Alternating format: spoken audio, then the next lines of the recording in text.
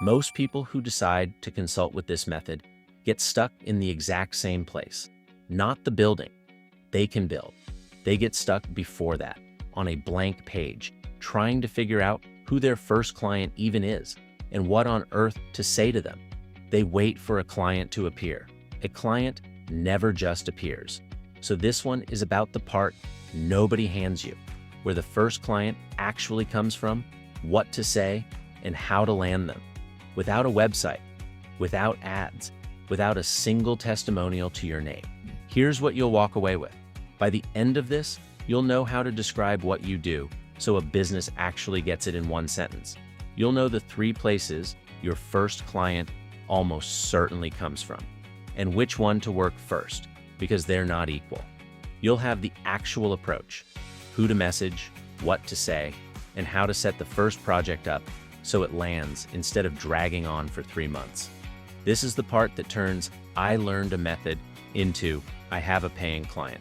I'll tell you how I'd do it if I were starting from 0 today, and then you go do it your way. Start with how you describe yourself, because you'll say it more than anything else in this whole process, and the wrong version quietly kills you before you open your mouth. Do not call yourself an AI consultant. I know it's the obvious label. Don't use it. The word consultant paired with AI right now is the most crowded phrase in business. Every person who read 3 articles about ChatGPT is calling themselves exactly that. When you say it, the business can't tell you apart from the noise. And worse, consultant sounds like someone who shows up, talks, hands over a slide deck, and leaves. That is not what you do. You ship a working build. So describe yourself as what you actually are.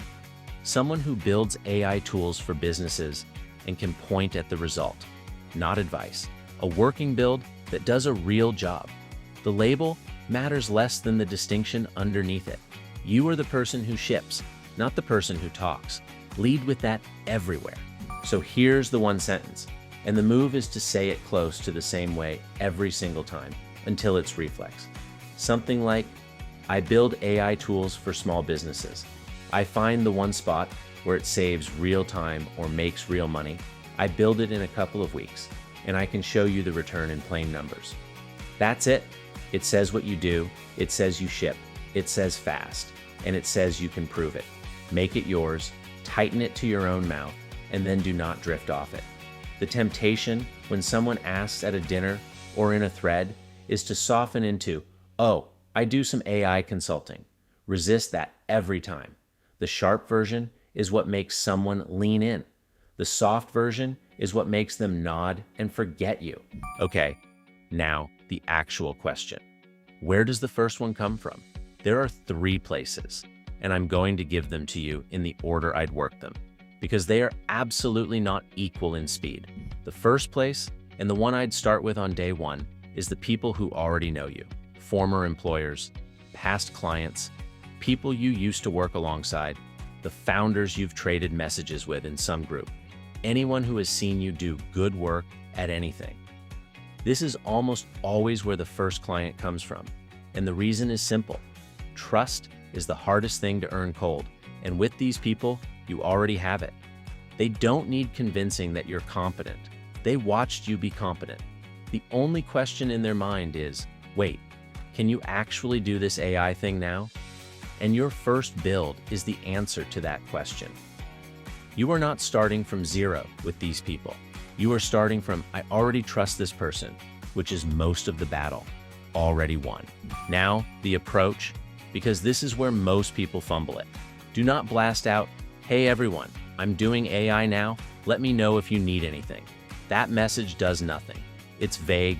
It asks them to do the work of figuring out if they need you, and they won't. Instead, go narrow and specific to a small number of people, 5, maybe 10, and make each one feel aimed. Name a real problem you know their business has. Something like, I know your support team is drowning in the same questions over and over. I build AI tools that handle the repetitive ones so your people only touch the hard cases. I can scope something small, build it in about 2 weeks, and show you exactly what it saves. Worth a quick call? See the difference? You named their pain, you said what you'd do about it, You made it small and fast, and you made it easy to say yes. That message gets a reply. The spray and pray one gets silence. The second place is communities built around whatever you already know.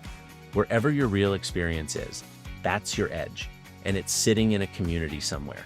If you came out of running operations at a law firm, there are rooms full of law firm operators online. If your background is healthcare admin, real estate, e-commerce, agency work, there's a community for it, and the people in it have the exact problems you understand without anyone explaining them. This matters because specific beats general every time. Someone who says, I build AI tools for real estate teams, and I get how your transaction coordination actually works, will land a client long before a generalist who builds AI for anyone. You're not just a builder in these rooms. You're a builder who speaks their language. The approach here is patience first, pitch later. Do not walk into a community and immediately sell. That's the fastest way to get ignored or kicked. Show up. Answer questions. When someone describes a painful, repetitive part of their work, talk about how you'd approach building for it, the outcome, the time it'd save, how the pieces fit together, never the code. Nobody there cares about the code, they care about the result. You're building credibility in public so that when you do mention you take on a build or two, you're not a stranger pitching. You're the person who's been quietly helpful and obviously knows their stuff. That reputation does the selling for you. The third place is content, posting publicly about what you build. YouTube, LinkedIn, wherever your people gather. You show the builds you've shipped, you explain the patterns, you teach a little. And I want to be honest with you about this one, because a lot of people start here and get discouraged. Content is the long game. It does not produce a client this week, or probably this month. It takes a good while of consistent posting before it compounds. But once it does, it works while you sleep. People find you, already warmed up, already half sold, and they reach out to you. So my honest take, start posting now if you can, because the clock starts the day you begin, and you'll be glad later that you did. But do not wait on it for your first client. Your first client comes from the first two places. Content is what you build alongside the work for the version of your practice that exists a year from now. So that's the where. Now, the how to set up the very first one so it actually works out. Because the first client is different from your fifth, and treating them the same is a mistake. First move, scope it small, smaller than your instinct says. Your instinct on your first client is to over-deliver, to prove yourself by building something big and impressive. Fight that instinct. You want one clear, fast, measurable win, not a sprawling project that drags for 2 months and gives 10 chances for something to go sideways. Pick the single, most painful, repetitive thing they've got and build just that. Save 3 hours a week, not 20, one job done well. A small win you actually ship beats a big one you're still polishing every time. The whole goal of the first client is to get to it works, and here's what it saved you as fast as you possibly can. Second move, think about price differently for the first one. I'm not going to hand you a fixed number because your situation, your market, and the build all change it, and anyone who promises you a magic figure is guessing. But here's the principle, and here's roughly the shape of it. On your very first client, the thing you're actually buying is not the fee, it's the proof. So it can make sense to charge a fraction of your eventual rate. Call it somewhere around half, give or take, in exchange for something specific and worth more than the discount. Their permission to write up what you built and what it did, the result, in real numbers, and show it to the next person. And be clear in your own head about what that is. It's not you being cheap, and it's not a discount because the work was easy. It's an investment. You're buying validation and a testimonial, deliberately, the way any business spends to get its first proof. That write-up is the asset. It's the difference between walking into your second conversation saying, "Trust me," and walking in saying, "Here's exactly what I did for a business like yours, and here's what it saved them." Charge for the build, yes. But on the first one, treat the proof as part of what you're being paid in. Just make sure the trade is explicit and you've agreed it up front, the lower price for the right to share the story. Third, move. Ship it like it's the most important build you'll ever do, because for your practice, it is.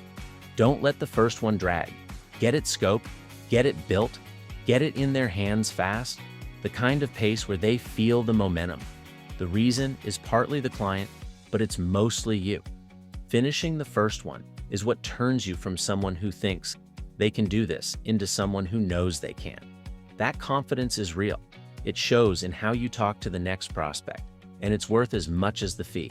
The reference, the proof, and your own belief, that's what the first build buys you, and that's what makes the second client far easier than the first. So put it together. You stop calling yourself an AI consultant and start describing yourself as the person who builds and ships. In one sharp sentence, you say the same way every time. You go to the people who already trust you first with a specific, aimed message, not a broadcast. You show up in the community where your real experience lives, helpful before you ever pitch. You start posting for the long game, but you don't wait on it. And you set the first client up to win, scoped small, priced for the proof, shipped fast.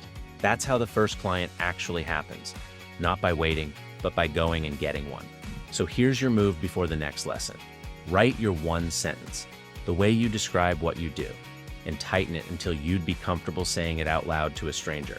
Then make a list, 5 to 10 people who already know you and run or work in a business, and one community where your real experience would land. Don't overthink it. The next step, after you've got your sentence and your list, is just to send one message, the specific, aimed kind, to one person on that list. One real message beats a perfect plan you never send. You've got positioning, you know where to look, and you know how to approach them. The next problem shows up the moment a prospect says yes. How do you scope their build? Figure out what they actually need, where the leverage is in their business, and what counts as a win. So you quote the right thing and don't get trapped in a project with no end. That's the consultant's brief, and that's where we head next. And if you're wondering whether any of this is real, it is, for me. I'm not teaching you from a textbook. Go look at Scale Boss. It's real, it's live. Real companies run their operations on it, built with these exact methods. And I'm building Revistack in public with these same methods.